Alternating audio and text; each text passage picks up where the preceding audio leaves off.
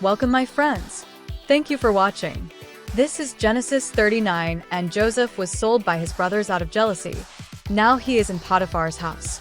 Let's begin.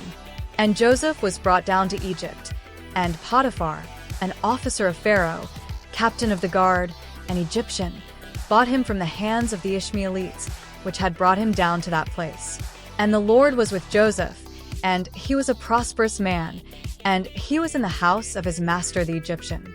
And his master saw that the Lord was with him, and that the Lord made all that he did to prosper in his hand. And Joseph found grace in his sight, and he served him. And he made him overseer over his house, and all that he put into his hand. And it came to pass from the time that he had made him overseer in his house, and over all that he had, that the Lord blessed the Egyptian's house for Joseph's sake. And the blessing of the Lord was upon all that he had in the house, and in the field. And he left all that he had in Joseph's hand, and he didn't know how much he had, save the bread which he did eat. And Joseph was a goodly person, and well favored. And it came to pass after these things, that his master's wife cast her eyes upon Joseph, and she said, Lie with me. But he refused, and said unto his master's wife, Behold, my master sees not what is with me in the house, and he has committed all that he has to my hand. There is none greater in this house than I, neither has he kept back anything from me but you, because you are his wife. How then can I do this great wickedness, and sin against God? And it came to pass, as she spoke to Joseph day by day, that he hearkened not unto her, to lie by her, or to be with her. And it came to pass about this time, that Joseph went into the house to do his business, and there was none of the men of the house there within. And she caught him by his garment, saying, Lie with me. And he left his garment in her hand, and fled, and got him out. 13 And it came to pass, when she saw that he had left his garment in her hand, and was fled forth. 14 That she called unto the men of her house, and spake unto them, saying, See, he hath brought in Hebrew unto us to mock us. He came in unto me to lie with me, and I cried with a loud voice. 15 And it came to pass, when he heard that I lifted up my voice and cried, that he left his garment with me, and fled, and got him out. 16 And she laid up his garment by her, until his Lord came home. 17 And she spake unto him according to these words, saying, The Hebrew servant, which thou hast brought unto us, came in unto me to mock me.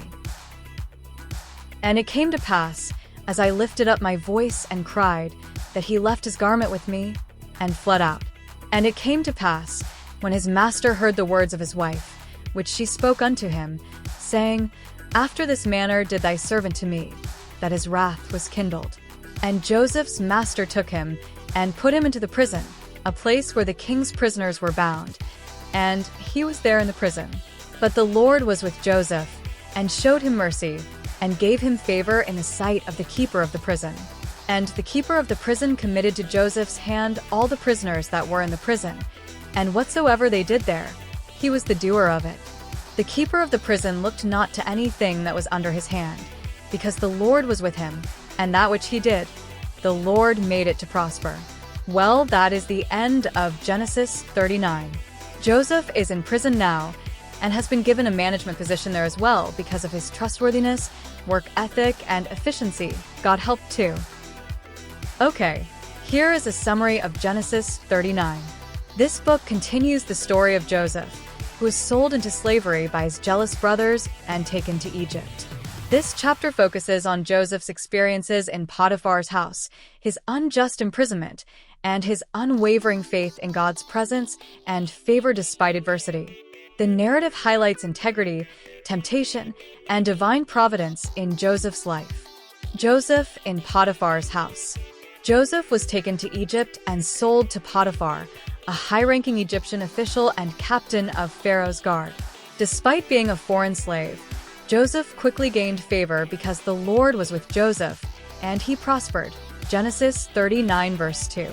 Potiphar noticed Joseph's exceptional abilities and put him in charge of his household and all his possessions. As a result, God blessed Potiphar's house because of Joseph, causing everything under his management to flourish. Potiphar trusted Joseph completely, leaving him with full responsibility over his affairs. Joseph was described as well-built and handsome. Genesis 39 verse 6, which eventually led to trouble. Potiphar's wife attempts to seduce Joseph. Potiphar's wife became attracted to Joseph and repeatedly tried to seduce him, saying, "Come to bed with me." However, Joseph resisted, refusing to betray his master's trust or sin against God. He reminded her that Potiphar had entrusted everything to him, except his wife, and declared that it would be a great sin to engage in such an act. Despite her persistent advances, Joseph remained steadfast in his moral principles. One day, when Joseph was working alone in the house, Potiphar's wife grabbed his cloak and tried to force him into sin. Joseph fled immediately, leaving his cloak behind as he ran outside. Joseph is falsely accused and imprisoned. Humiliated by Joseph's rejection, Potiphar's wife accused him of attempting to assault her. She used his abandoned cloak as false evidence of an attempted rape and told the household servants that Joseph had tried to force himself on her. When Potiphar returned home, she repeated the accusation, saying, "This Hebrew slave you brought us tried to make sport of me." Enraged, Potiphar had Joseph thrown into prison, despite the fact that he may have doubted his wife's claims, since the punishment for such a crime would typically have been execution. God's favor in prison. Even in prison, God's presence never left Joseph. The Lord granted him favor in the eyes of the prison warden, who soon put Joseph in charge of all the prisoners and prison operations. Just as in Potiphar's house, everything Joseph managed prospered because the Lord was with him. Themes and lessons. Integrity and righteousness. Joseph remained morally upright despite strong temptation. His refusal to sin against God and his master shows that true integrity remains steadfast even when no one is watching. Fleeing temptation. Joseph did not negotiate with sin, he fled from it. His example teaches that avoiding sin sometimes requires immediate and decisive action. God's presence in adversity.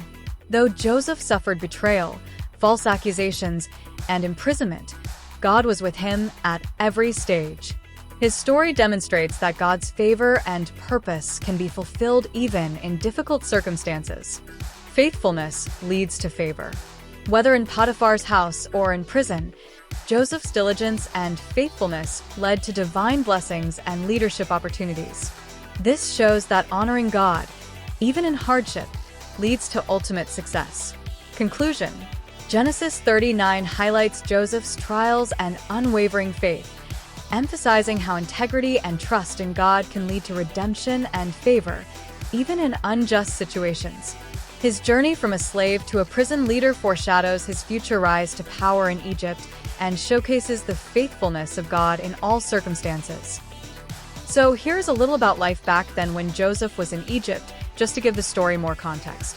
Life in ancient Egypt around 1000 BC was shaped by the Nile River, social hierarchy, religion, and agriculture. Egyptian society was highly organized, with clear distinctions between different classes, from the pharaoh and nobles to peasants and slaves. Here's a look at what daily life might have been like during this period. 1. Society and social classes. Pharaoh and nobles. The pharaoh was considered a living god and had absolute power over the land. Nobles, priests, and high officials helped govern Egypt and lived in luxury, with grand houses, fine clothing, and servants. Scribes and craftsmen. Scribes were well-educated and recorded laws, trade, and religious texts. Their literacy gave them high social status. Craftsmen, such as stonemasons, painters, and goldsmiths, were skilled workers who created temples, jewelry, and statues for the elite. Farmers and laborers.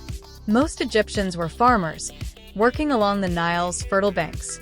They grew wheat, barley, and flax, using simple tools like wooden plows. The flooding of the Nile provided water and nutrients, making agriculture the backbone of the economy.